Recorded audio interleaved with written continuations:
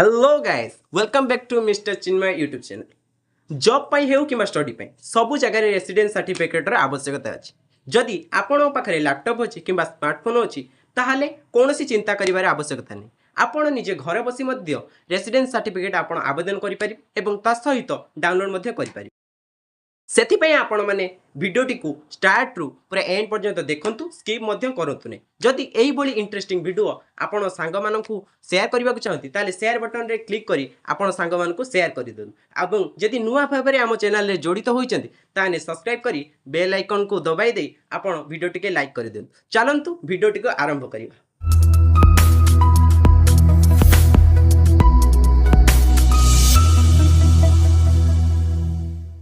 Google रे प्रथमे Google website T open करेंगे और गूगल रे सर्च करेंगे ई डिस्ट्रिक्ट स्पेलिंग के भूल करेंगे नहीं आप ई डिस्ट्रिक्ट सर्च कलापर आपण तले गोटे लिंक आसीज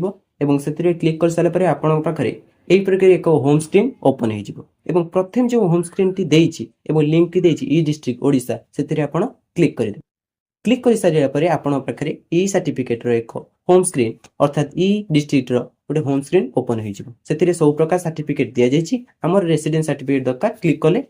तापर देखु आम प्रोसीड उपर क्लिक करवा कारण आम आगक जबार अच्छी आपण पाखे यही एक होम स्क्रीन ओपन हो जदि आप लॉगिन करें आपन को चिंता कर आवश्यक नहीं जदि न करें तले जो रजिस्ट्रेशन उपर क्लिक करनी आप रजिस्ट्रेशन उपर क्लिक करेंगे और रजिस्ट्रेशन कलापर आप निजर ना इमेल आईडी एवं मोबाइल नंबर एवं एक पासवर्ड देवे पासवर्ड टी स्ट्रंग होगा आवश्यक तले दिया डिटेल टी भलसे पढ़े और लास्ट रे सिलेक्ट करेंगे आपण कौ स्टेट रे बास कर कोड दि जाटा सठिक भाव में टाइम उपर क्लिक करदे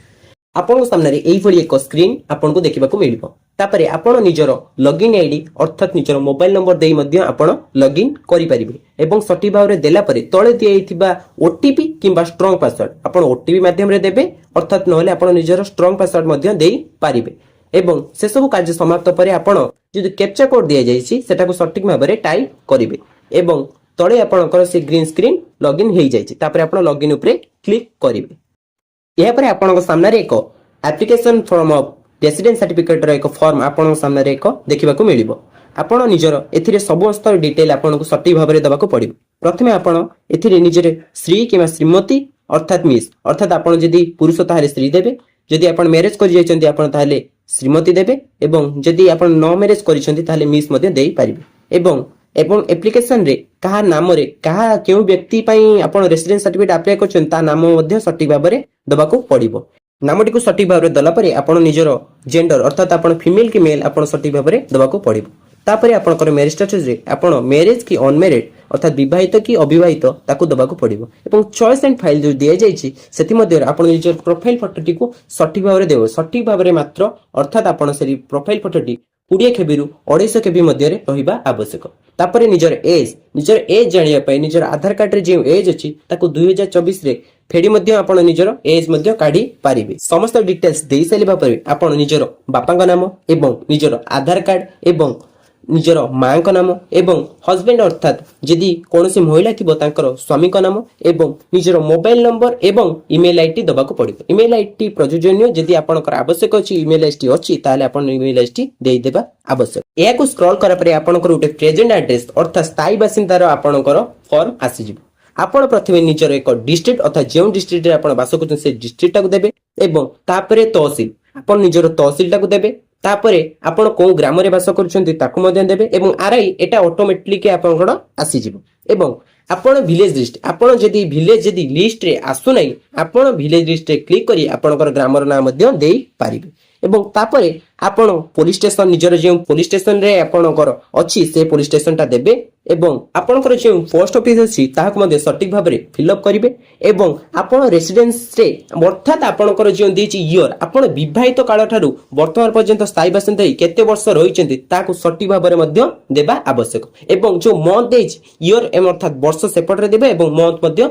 एपट रे देई आपनको तळको स्क्रॉल करबा को आवश्यकता अछि तळको स्क्रॉल करा परे परमानेंट एड्रेस अर्थात आपण जो परमानेंट एड्रेस जदि समान अछि ताहाले आपण यस रे क्लिक करिवे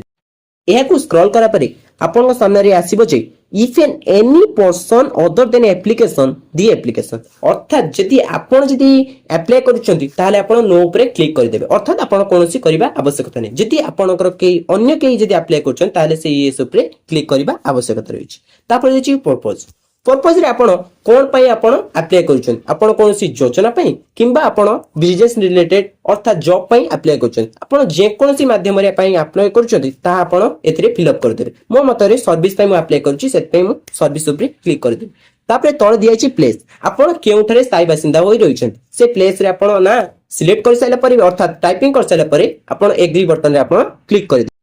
ଆପଣ ସ୍କ୍ରୋଲ କଲା ପରେ ଆପଣଙ୍କୁ ଏକ କ୍ୟାପ୍ଚା କୋଡ୍ ଦେଖିବାକୁ ମିଳିବ ଆପଣ ସେ ନମ୍ବର ଶୋ ହେଇଛି ତାକୁ ଆପଣ ଫିଲ୍ଅପ୍ କରିସାରିଲା ପରେ ଆପଣ ସବମିଟ୍ ବଟନ ଉପରେ କ୍ଲିକ୍ କରିଦେବେ ଯାହାଦ୍ୱାରା ଲୋଡିଂ କିଛି ସମୟ ନେଲା ପରେ ଏକ ଅନ୍ୟ ଏକ ପେଜ୍ ଓପନ୍ ହେବାକୁ ଲାଗିବ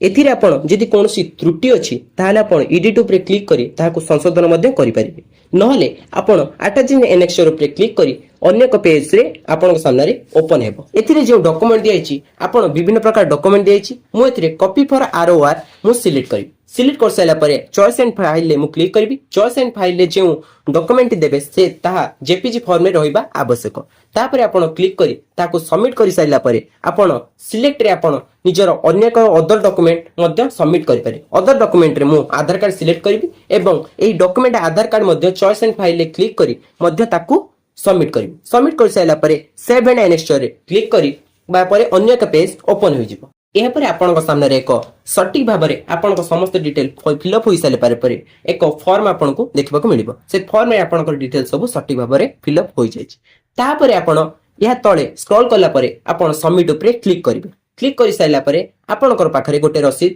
ଅର୍ଥାତ୍ ଡକୁମେଣ୍ଟ ଦେଖିବାକୁ ମିଳିବ ସେଥିରେ ଆପଣ ଆପ୍ଲାଏ କରିଛନ୍ତି ବୋଲି ଏପ୍ରୁଭ୍ ହେଲା ପରେ ଆପଣ ନିଜର ଆପ୍ଲିକେସନରେ ଥିବା ନମ୍ବର ମାଧ୍ୟମରେ ଟ୍ରାକ୍ କରି ମଧ୍ୟ ଜାଣିପାରିବେ ଆଶା କରୁଛି ଭିଡିଓଟି ଆପଣଙ୍କର ସାହାଯ୍ୟକାରୀ ହୋଇଥିବ ଏଇଭଳି ଇଣ୍ଟରେଷ୍ଟିଂ ଭିଡିଓ ଦେଖିବାକୁ ହେଲେ ଡିଜିଟାଲ ଚିନ୍ମୟକୁ ଲାଇକ୍ ସେୟାର କମେଣ୍ଟ ଏବଂ ସବସ୍କ୍ରାଇବ କରନ୍ତୁ ରହୁଛି ନମସ୍କାର।